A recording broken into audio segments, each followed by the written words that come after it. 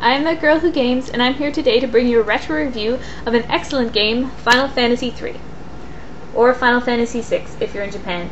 We missed a couple Final Fantasy games, so our numbering system's slightly different. Anyways, I chose to do a retro review of this game because I know it is much beloved, and I'm sure those of you who have played it have thoroughly enjoyed it, but I think it is also widely overlooked, specifically by gamers in my age group, sort of that under 25 age, who started playing with Final Fantasy VII or VIII, and never looked back. And I know for myself, embarrassing to admit, I never looked back because these were 16-bit graphics and I thought they had nothing they could possibly offer me. How wrong I was. I've actually been in a whole 16-bit RPG graphic binge this past year with Chrono Trigger and Final Fantasy II and Final Fantasy III, but I digress. I'm here today to talk about Final Fantasy III, so on to the game. The premise of this game is similar to the premise of many Final Fantasy games, that there is someone evil trying to destroy the world, and it's up to you and a gang of unlikely heroes from different walks of life to stop them. Now, minor spoilers ahead. The cool thing about this game, in the very nice sort of mature plot angle, is that as you fight this evil guy who is a deranged clown named Kefka, you actually fail halfway through the game. There's nothing you can do to prevent it. You face off with Kefka, he is stronger than you are. No amount of grinding can prevent that, unfortunately. And he destroys the world, and you have to spend the second half of the game reassembling your team of people and going through this post-apocalyptic world and encountering like all these towns that were cheerful and bright before and now are half burned to the ground and half the citizens are dead. And it's very sad, and it's a very moving story. And despite the fact that you have like tiny little chibi characters running around, it really gets to you, and you're in this dark world, and you have to try and pick yourself up again and find all these people that you've lost and continue on with the story. Now, I say all these people that you've lost because there's this huge cast of potential playable characters in this game. And what's really fantastic about it is none of these characters are just sort of tossed in or throwaway characters. They're all really well thought out. They all have individual powers, individual abilities, and individual quests you can go on in order to enhance these abilities. For instance, there's a Moogle in this game that you can recruit into your party who does Moogle dances. This is my Moogle. I love him. I named him Mog after the Moogle in the game. There's another character in this game named Gau, who's a wild boy, and he's been living out on his own in nature, and he has the unique ability that you can send him to learn the ability of any opponent you're fighting. So if you're fighting a particularly powerful creature and you send him out, he can learn the spells and attacks of that creature that you can use against opponents in the game in the future. There's a swordsman that has unique sword ability moves. There's a prince that has unique technology weapons. This game has a really great feel with all the different characters. You're allowed to build the party yourself and choose from a variety of characters, and it has this great gritty steampunk feel, both associated with the storyline and with the characters themselves and the kind of abilities that they have. Now, as far as gameplay, I talked a little bit about it with the various character abilities.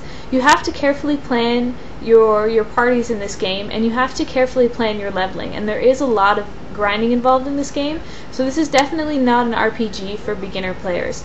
The Esper system, which allows you to learn magic in this game, is fairly complex. Once you get the hang of it, it's not too bad, but it is, again, not something you want to throw at someone who's playing an RPG for the first time. So if you're just new to RPGs, I would maybe start with one of the newer Final Fantasies that have a few more tutorials in there. However, this is a very rewarding system. It really gives you payoff for grinding. It really gives you payoff for spending the extra time fighting the harder enemies and going on these side quests to get these specific espers that allow you to learn different and new spells.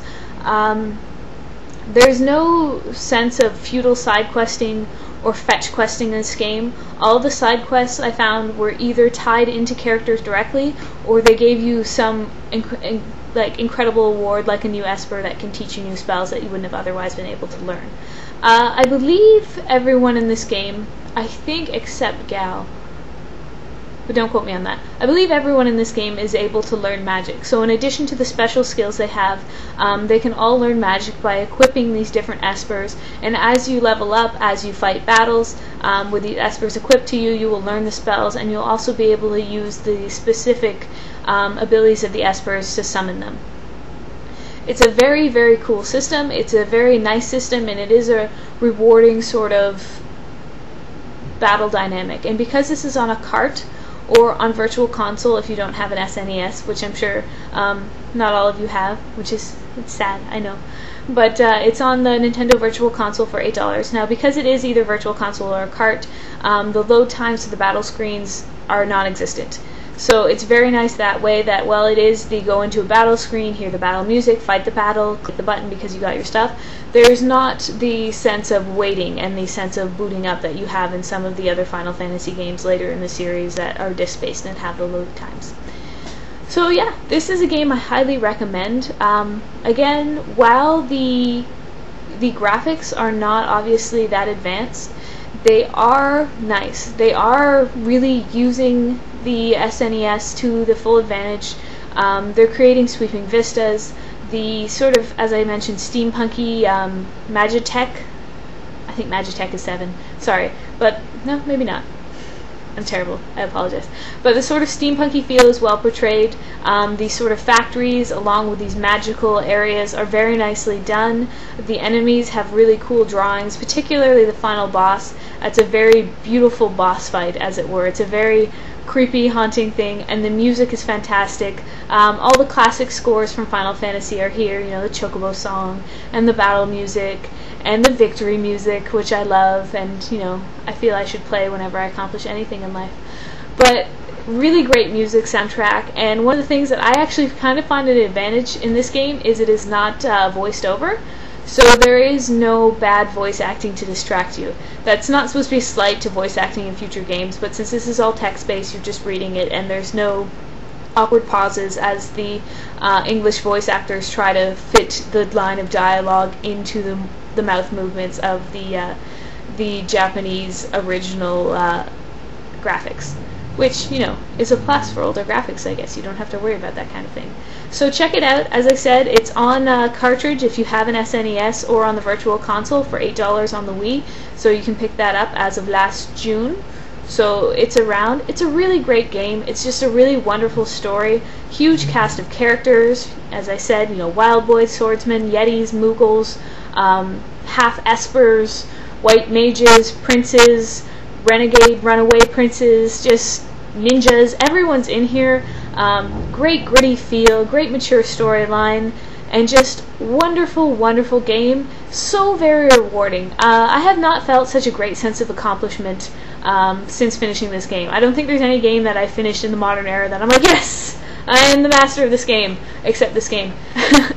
So try it out. I encourage you. There's a 2-player mode on this. That's a lot of fun. I did play some co-op in this game. So try it out, enjoy, master the skills of these many characters in this wonderful world, and learn what Final Fantasy was all about in the 16-bit era. I am That Girl Who Games. I hope you enjoyed the review. Bye.